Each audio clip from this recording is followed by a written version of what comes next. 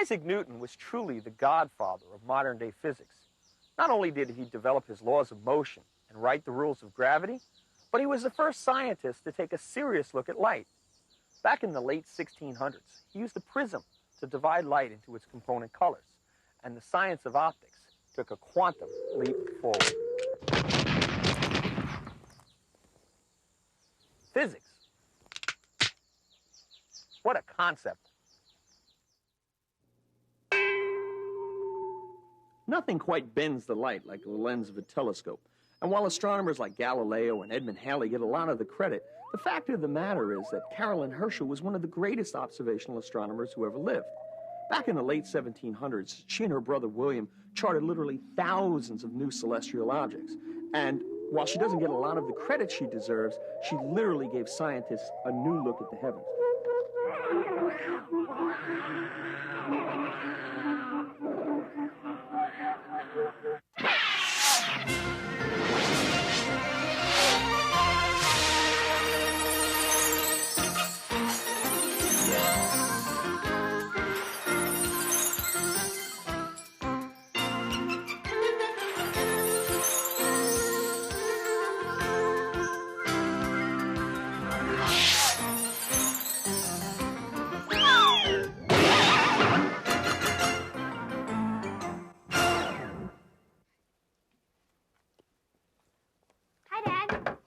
Girls, how was your tennis game? Not so good. Every time the ball came toward me, it looked fuzzy. I kept on missing it. Olivia, it's a tennis ball. It's supposed to look fuzzy. Dad, not fuzzy like a peach. Funny like, you know, blurry, out of focus. I have it. I got it. It's a pony. The hidden picture, it's a pony. Dad. All right, look, you say the ball's looking blurry. Well, it's probably because your glasses have to be changed. You haven't seen Dr. Jong in a while, and maybe it's because the shape of the lens in your eye has changed a little bit. Do you mean that your eyeballs don't stay round? Well, they're round most of the time, but what happens is as you get older, sometimes the lens, the outside part of the eye, flattens out just a little bit, and then what happens is you need glasses or contact lenses to correct the problem. But why does the shape of the lens change the way it focuses? Don't all lenses work the same? Well, all lenses bend light, but they bend light in a little bit different way. Bend light? How can you bend light? You can't even hold light. Well, let me show you. We can do it here with the fish tank. I'm going to have to make it a little darker in here. Olivia, could you dim the lights a little bit? And Kim, why don't you hang on to this hose here? We're going to have to put a little bit of fog into the tank. Why do we have to fog it up? Well, you won't see the light in the air by itself unless it's got something there to bounce off of. So the fog will sort of mist it up, and that way the light will bounce off. Okay, now take a look and tell me what you see. Well, I see the light beam through the fog. And you can see it here in the water. Okay, but look real close. Take a look where the beam meets the water, where the light and the air and the water meet. What's happening right there? It's bending. Wow, cool. When the light hits the water, it bends down. But, Dad, does that mean that the water's acting like a lens? Well, not exactly. You see, when light travels from one substance to another, like from air to water, it bends because the speed changes a little bit. But if we really wanted to make this a lens, this is flat, we'd have to get a whole bunch of angles working together, so it would have to be something like a curved surface. Oh, would this glass of water do the same? Well, it's curved. It's curved. It should do something. Why don't we check it out? Zarina, why don't you take the flashlight, put it right behind the glass, and let's see what happens on the table. Look, wow, that's cool. The light's bending and forms to a point. Okay, right. What you've got is a focal point. Now, if you look at the glass, the curve on one side bends it in, the curve on the other side bends it in. So where all the light comes together and meet, we call that the focal point. Well, wait a minute. Wouldn't this glass work? It's wider than the first. Well, what do you think? It's a wider glass. How do you think that would work? Well, they're both circles, so it should do the same. Yeah, but it's wider, and it could bend the light a little bit more. Well, let's try it and see. All right. I'll take this out of the way. Zarina, put that one in there. And how is it different? Look, the focal point moved. Okay. When we had the narrow glass, the focal point was over here. But with the wider glass, the focal point gets pushed all the way out here. This is a wider glass, so it means the curve on it is just a little bit flatter. And this is what I think has happened to your eye. If your lens flattens out a little, it moves the focus point out a little bit more, and things become blurry. So we'll check it out and see what happens. Okay, Olivia, let's see what's the smallest row that you can read out there on that chart, okay? Okay. O, H, P, N, T, Z. Good. Now, read it backwards, whichever is the smallest row that you can see. Z, T, N, P, O, H. And same thing here. What's the smallest row that you can read? Z, T, N, P, H, N. Good. Now let's do the close-up part. I want you to hold this card right here. And can you read these words? Prop, down, cost. Good. Okay, and let's read this one. Belt, fuel, holy. Good. And how about these? Herb, reed, and golf. Very good. Okay. Now let's put you behind this machine right here. Let's take the glasses off. Let's go ahead and What is that? Well, this is a phoropter, and this machine is going to help me decide what prescription you need. Okay. There we go. What are you doing? Okay, it's got lots of different lenses in here, and we're going to figure out what lens we need in your glasses to see if your glasses have changed or if we need to make it stronger or weaker, okay? Now, what can you see out there?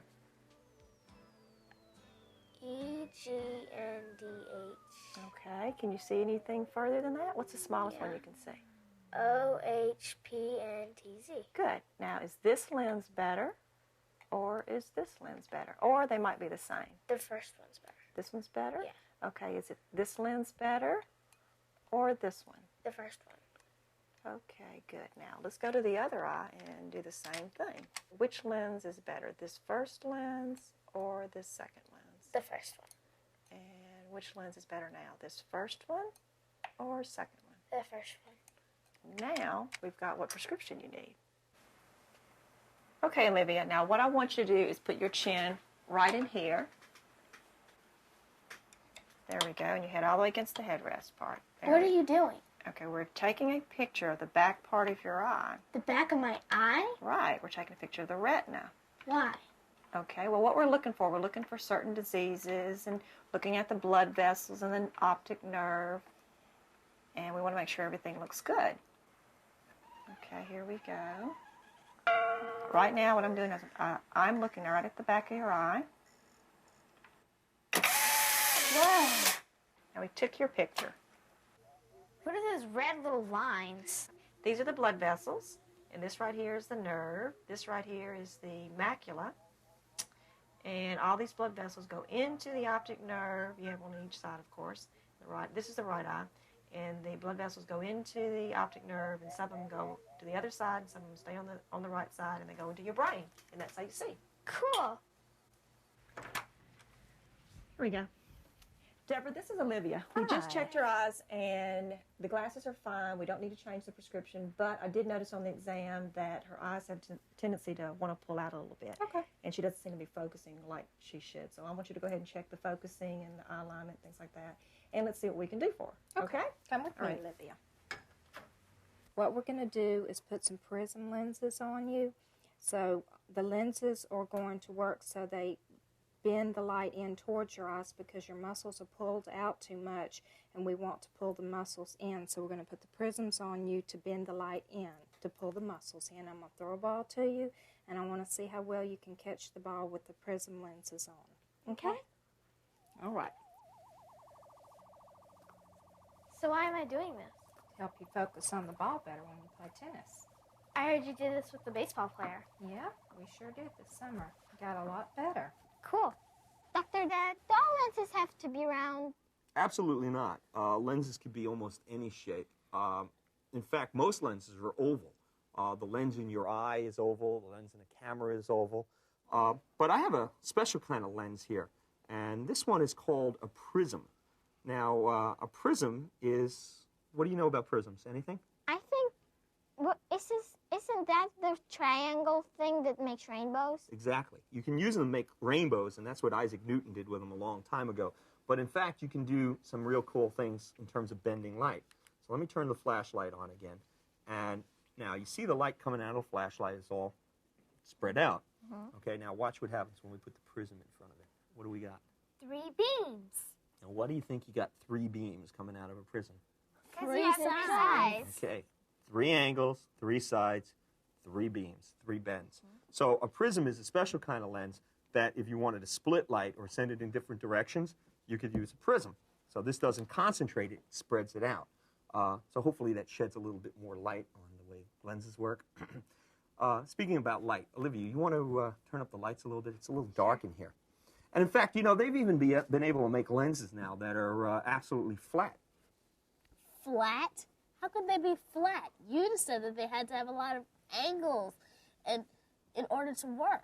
Well, they kind of cheat a little bit. There's a special kind of lens, and what they do is they use some tricky design to make it flat and round at the same time. Check this out, Kim. Take a look through there, and what do you see? Weird. The whole room is stretched out. You think that's bad. You should see your face through that thing. Okay, this is a special kind of lens. Now, this is called a Fresnel lens. And let's check out what happens when we put some light through this. Zarina, be my flashlight person again. Just shine it up at that board up there on the wall. Now, watch what happens when I move the lens in and out.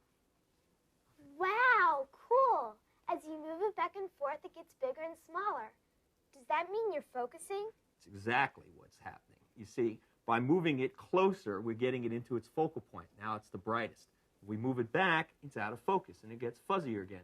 So a Fresnel lens can be moved back and forth to give you a focus over a very large distance. Now, you've probably seen one of these things someplace in school. Have you ever encountered one? Oh, aren't those the overhead projector thingies? That's exactly it. In fact, this is the top of an old overhead projector. Now, an overhead projector, they want the top of it to be flat because you got to put the transparencies on it and get the light through it. But you also have to concentrate a lot of light, so you want to have a lot of angles. Well, you can't do both unless you have a Fresnel lens. Run your fingers over that, Kim. It's rough and bumpy. Okay, those bumps are the angles. You see, what they did was they hid the angles inside the plate. They cut these grooves, and each one of those grooves is like a little tiny triangle.